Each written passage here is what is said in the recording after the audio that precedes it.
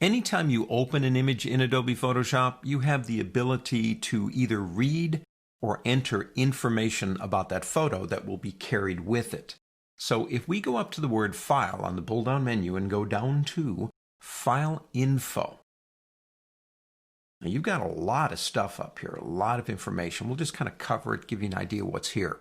For example, description. You could put in the document title, the author. I've done this before, so watch what happens when I begin typing my name. It assumes that I might want to use that one, and I do.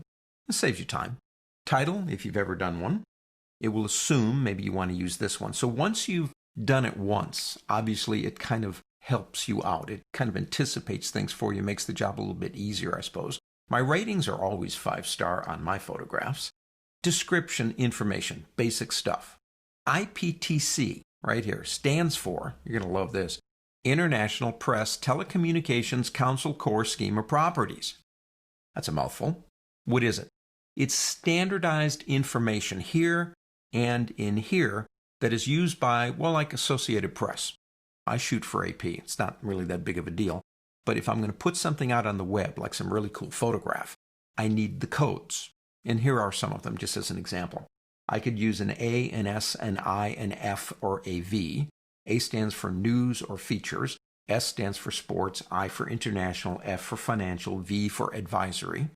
You could do subcodes like ADV for advanced. OBIT is for obituary. Oh, you get it. NAT for National Geographic Weekly Package. This information needs to be there so when they get the image, they know exactly what's there. Camera data is supplied by the camera. So you don't add anything here, it just tells you what it is.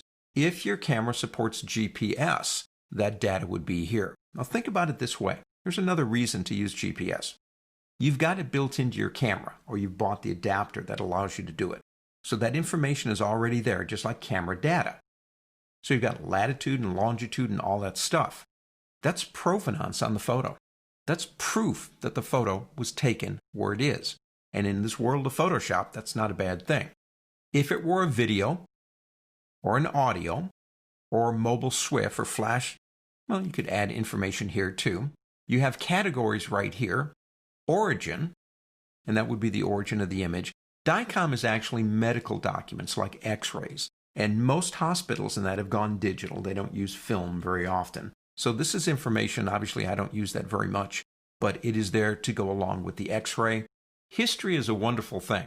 And we're going to talk about history later. But Photoshop allows you to save everything that you've done to an image. And if we had history turned on, it would list anything that I had done to this image in terms of modification, whatever. You've got advanced features here. Now this is called a property tree. All it really is all the stuff we've already talked about. But it's here instead of in each one of those tabs. And then finally, raw, right here, the raw data. This is the XMP code that drives what we just put in. That's all that is. So all of this information, or as much as you want, can be added to an image and carried along with it. Now let's go ahead and click OK. Let's go to another image real quick here. I want to do the same thing here. But there are a lot of features that are repetitive. I mean, you saw it, put in my name. Well, I don't want to type it in at all. So check this out. Let's go back to File Info. Let's go back to Description. There's nothing there. But I've already made something. If I go into my preferences right here, you will notice I have generic and initial XMP. What I did was I typed in everything in one of these that I knew would almost always be in every one I use, like my name, my address, all that kind of stuff. And I named it initial XMP. And if I select that, watch what happens. It's going to ask me to clear it, keep it, or keep original but append, and that's what I want to do. I'm going to go ahead and click OK. As you can see, it added a lot of the fields that I always do the same thing with. If I come over here, it's even got my name, my job, my city, my state, my email address, my websites. Those things don't change very often. Again, remember how I did this. I typed it in. Then I went here and I said export it. I gave it a name that made sense to me and click Save. The next time I need it, it's right in this list right down here. And that can save you a little bit of time. Now let me end up by saying one thing here. When you're adding data to an image. You're dealing with one image at a time. A more logical approach to adding this type of information would be in one of two other applications.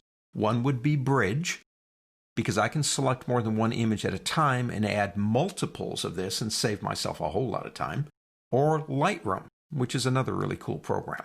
But if you want the information, you want to read it, or you want it applied to the image, that's all you have to do. On to the next.